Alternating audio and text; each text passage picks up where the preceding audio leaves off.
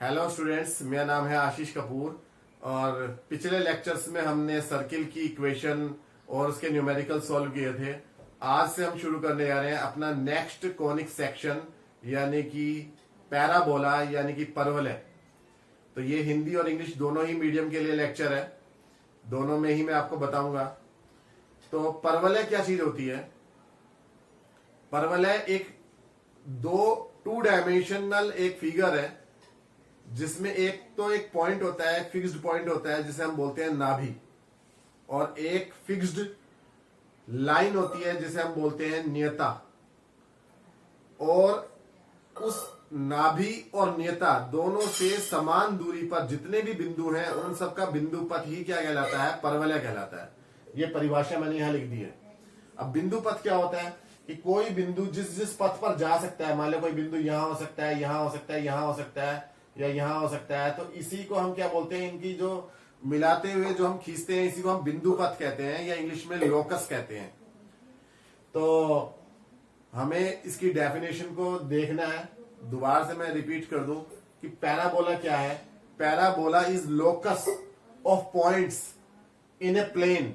एक प्लेन में है ये टू डायमेंशनल फिगर है, थ्री डायमेंशनल नहीं है पहली बात तो parabola is a locus of points in a plane that are equidistant. Equidistant का मतलब बराबर दूरी पे होते हैं।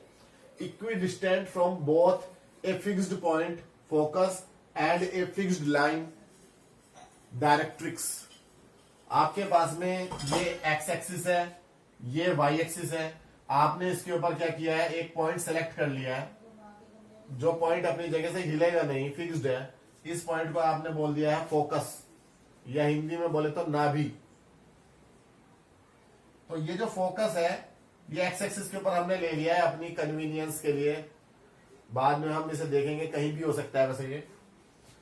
तो ये एक फिक्स्ड पॉइंट है, और वाई एक्सिस को हमने डायरेक्ट्रिक्स मान लिया है, यानी कि एक अपनी जगह से ना हिलने वाली एक लाइन मान लिया है, जहां से हम डिस्टेंसेस मेजर करेंगे।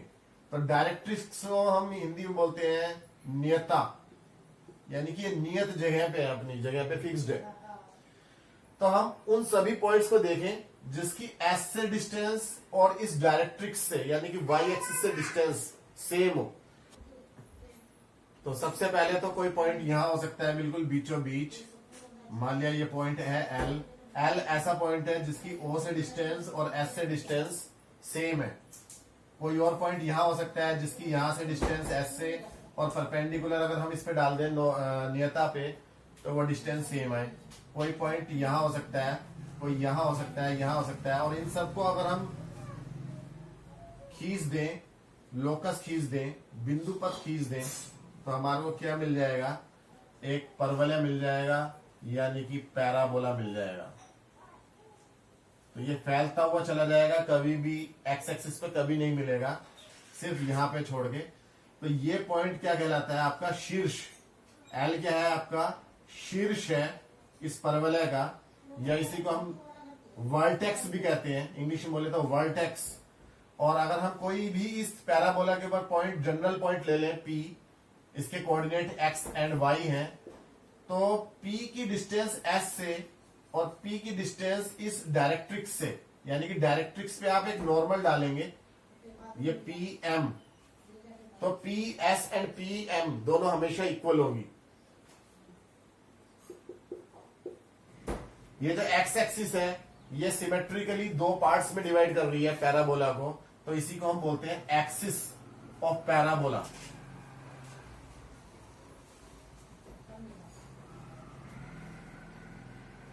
ये वर्टेक्स हो ही गया। आप इसमें आगे भी देखेंगे कि ये जो फिक्स्ड पॉइंट है और जो डायरेक्ट्रिक्स है, इनसे डिस्टेंसेस जो है, यानी कि PS और PM, इन दोनों के रेशियो को हम क्या बोलते हैं? एक्सेंट्रिसिटी। E से डिनोट करते हैं। E क्या है? एक्सेंट्रिसिटी। हिंदी में बोले तो उत्केंद्रता। तो पैराबोला के लिए, क्योंकि PS और PM इक्वल है, तो PS और PM का रेशियो कितना आ जाएगा? 1। यानी कि पैराबोला के लिए एक्सेंट्रिसिटी 1 होती है हमेशा। तो ये कुछ बातें हैं पैराबोला से रिलेटेड। नेक्स्ट अपनी लेक्चर में हम पैराबोला की इक्वेशन फाइंड करेंगे। वैसे तो आप देख सकते हो, इक्वेशन फाइंड करने के लिए आपको क्या करना है, आपको फोकस के कोऑर्डिनेट्स पता होने चाहिए और साथ में ये पी पॉइंट एक्स वाई हम इसके मतलब जनरल मानते ही हैं। तो पी एस और पी एम जो हम परपेंडिकुलर यहाँ डालेंगे, दोनों को हम इक्वल रख देंगे और इक्वेशन आ जाएगी पैराबोला की।